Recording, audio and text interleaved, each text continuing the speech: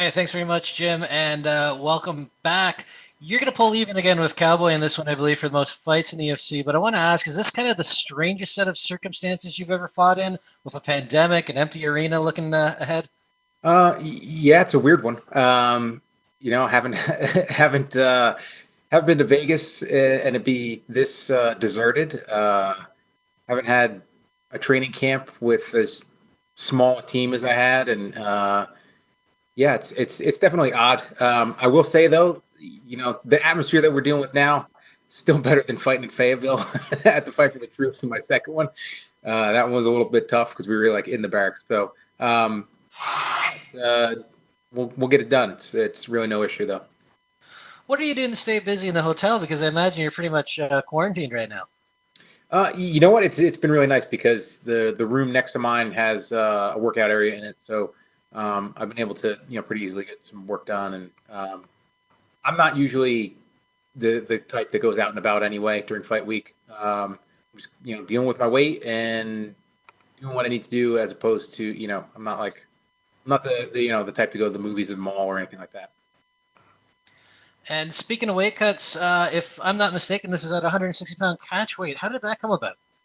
I was asking Sean for a fight at either 55s or 70s. He said he had Roosevelt and that Roosevelt wasn't comfortable making 55s as quickly. Coming off that last fight. So he threw out 160s, and I was perfectly okay with that. And last one for me. Speaking about your opponent, I mean, a young up and comer, nowhere near the experience that you have. But what's your take on fighting kind of a rising guy coming off a big win over Brock Weaver? If I imagine myself in his position, and I'd be super fired up on cloud nine. Coming into a fight like that. So I'm expecting a dangerous guy that's got nothing to lose. He's got a little momentum behind him, and he's fighting a guy who's been around for a while. So he's going to be a dangerous man inside the octagon. All right. Thanks for your time, Jim, and looking forward to Saturday. Thank you. Our next question is from Stephen Morocco. Stephen, your line has been unmuted. Oh, I'm sorry. I didn't realize I didn't put my hand up or put my hand down. Sorry. No problem. We'll jump to Mike Bond. Mike, your line has been unmuted.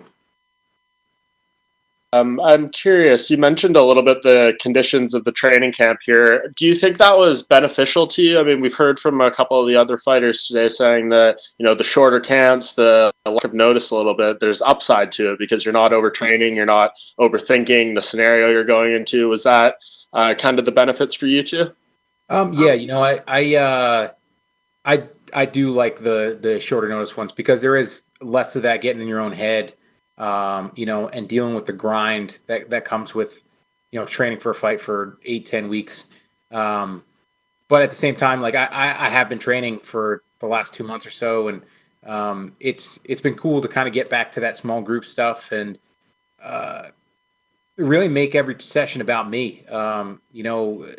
Having a stable of young fighters around me, like they're always fighting and getting ready for fights, and um, training sessions were, it was I was the only guy with anything on the deck, so it was all about just making me better and you know getting me in the best shape that I can and as sharp as possible. Um, so yeah, it's there have been definitely some upsides to it. The downside is that you don't have I didn't have as big a team, I didn't have as big a group of guys, so you're missing out on a little bit of that the camaraderie and the typical cool things that come with having a group of guys that are doing the same thing as you. Yeah, and it got mentioned off the top, this record tying 35th fight here. What's this number going to look like when it's all said and done? Is it going to be 40? Is it going to be 50? How many do you have left in you? Uh, it'll be 40. I'm pretty confident with the way that I'm feeling, that I'll get to 40. Uh, 50, I don't know. Like we'll see where it goes. I'm playing it, fight by fight, and um, I look ahead and I see UFC 300 in like 4 years, and I'm like, I don't know if I can make it that far, but it would be it would be pretty cool to fight on 100, 200, and 300. So, um, I'm not hung up on that idea. I'm not focused on that idea. But like I said, where I'm at, another 5 fights after this, if I get to fight at the pace that I want to, that's a less than 2 years. So I can easily handle that. Yeah, do you think maybe you tweak your approach to how many fights you're taking? Like maybe, shrink it down to 1 fight a year or something like that to kind of, extend the longevity? No, actually the opposite. I if I got to fight as often as I wanted to, I'd have probably just about 40 fights now anyway. But yeah, it's for me, it's just easier to stay in it. I've been fortunate enough, knock on wood, that I haven't had to deal with anything super crazy coming out of any of these fights. And I've got plenty of injuries that I deal with, plenty of nagging stuff, but nothing's required surgery yet. So yeah, if for me to stay in the gym and have that goal ahead, it's easier for me to just keep on chugging along. And there's so many things now with a large family and the kids growing and running the business and all these other things that pull me away if I give the opportunity. So I'm good at focusing in on fighting when there's that fight ahead, but it becomes really difficult if there isn't. So yeah, if I could fight every 3 months, I'd be pretty happy with that. Well, and the last one from me, where do you draw motivation for a fight like this? Obviously, you've headlined cards, you've fought guys who are world champions, top contenders, all that kind of stuff. You're fighting someone who's much lesser known and is a pretty young guy in the game in terms of how long he's been in the UFC. So what drives you and what gets you up every day to train for a fight like this? It's a fight. I've never looked over anybody, and it's an opportunity for me to show off my skill set. It's an opportunity for me to get paid. There's plenty of things to be looking forward to about it. And like my goal is to fight to my full potential.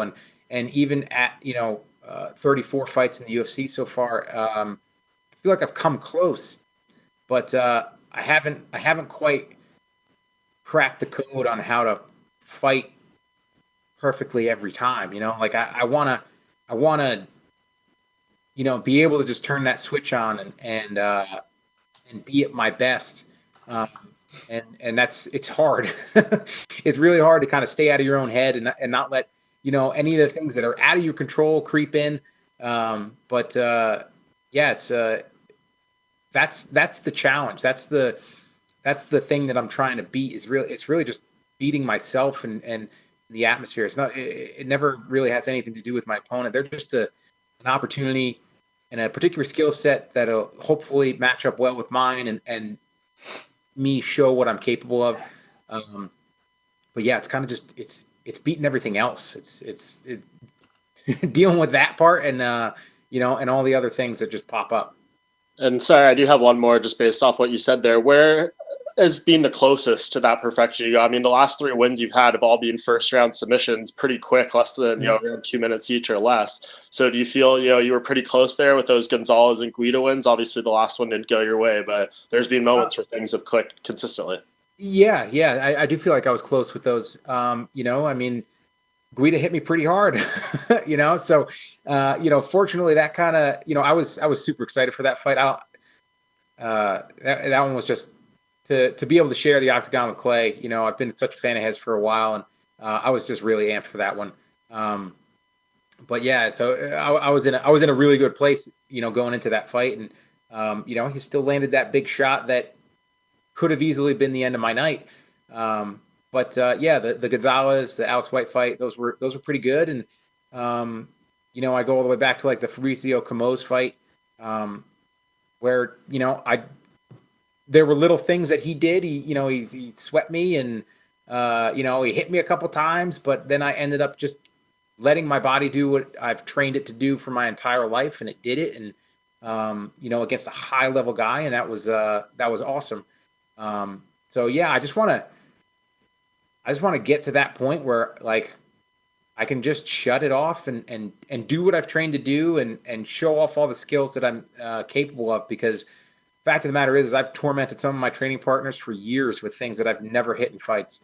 And I kind of want to, for their sake, for them, I want to be able to pull those things off in the octagon. All right. Well, hopefully it happens Saturday night. Thanks, Jim. Thank you. Our last question is from Alistair Bishop with MMA Republic. I'm good. Fantastic. My first question is actually from my co-host. He wants to know why you shoot with the PSE.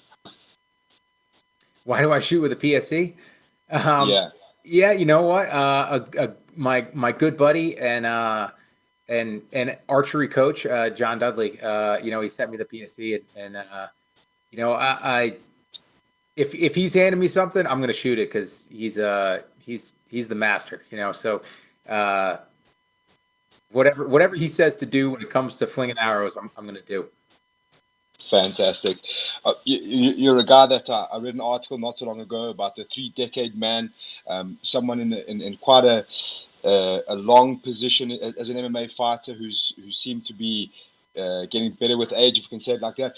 What would your advice be, especially to someone like me from South Africa, to young aspiring MMA fighters to have a long career and a long successful career? Don't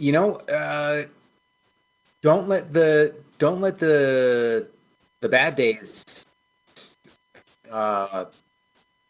dictate like what you're doing, right? Like I've trained with a lot of guys over the years that were super talented and could have made it very far in the sport, but like your day to day is just going to be up and down. Like some days are going to be better than others, and you're going to have those days where you're not. And I've seen a lot of guys that they let the rough days where somebody that they normally are matched up pretty head to head with, they'll get the better of them, and they just let it affect them. And it's you just got to look at every opportunity as a learning experience and make the most of it. And like I've had plenty of days, especially dealing with the Lyme disease, that my job when I was on the mats was kind of just to survive and to get through it and to protect myself. I needed to get the work in, and I wasn't in an optimal position to really like fight to my strengths or anything like that, or whatever it was, grappling, sparring, this or that. So it was kind of just do what I need to do, get solid reps in, and not get hurt. So like I would take those bad days and I'd try to just get that little bit of everybody says the 1% better every day, and that's really what comes down to. Like dealing with the low spots. Fantastic. And at this point in your career, what are the kind of fights that you're looking forward to, the ones that really get you out of bed? Any of them. It doesn't matter. It doesn't matter. Like I said, that Guida fight, I was just super comfortable and excited to fight him. And it wasn't, there were no nerves. It was a kind of a different feeling. I don't know, just because I'm going in there, I'm fighting Clay, who's got a ton of really great wins on his record. But again, a fight that I know that I can win. And, I was just, there was nothing to lose. There's nothing to lose. I'd go out and fight my hardest against a legend, and I want to experience that again. I want to fight some more of these guys that I've not yet shared the octagon with, but shared the trenches with over these years. And I don't care if it's at 55s, 70s, hell, I'll go to 85s. And just share the octagon with some of these guys that I've been fans of throughout my career. And but at the same time, I'll fight the up and comers. It doesn't matter. It's every fight is going to be different. Every fight is going to be, like I said, another opportunity to show off my skill set. So yeah, I like them all. Awesome. Last one from me, Jim. Having done so much through your career, was fighting on the back end of a pandemic something you just absolutely had to do to add to the CV? Yeah, like I'm not gonna put together this career and not ask to fight, during this or on Fight Island. I got to throw my name into the hat for that, even though I'm not necessarily looking forward to flying across the world. It's one of those things that I fought on a lot of these big cards. Yeah, it's like an '80s karate movie. Like I gotta go to Fight Island. So, yeah, I'm looking forward to performing well on Saturday night, coming out of this healthy, and get another one hopefully by the end of the summer, and yeah, fight over there. Fantastic. Thank you, sir, and all the best. Thank you. That's all we have for you today, Jim. Thank you. Thank you.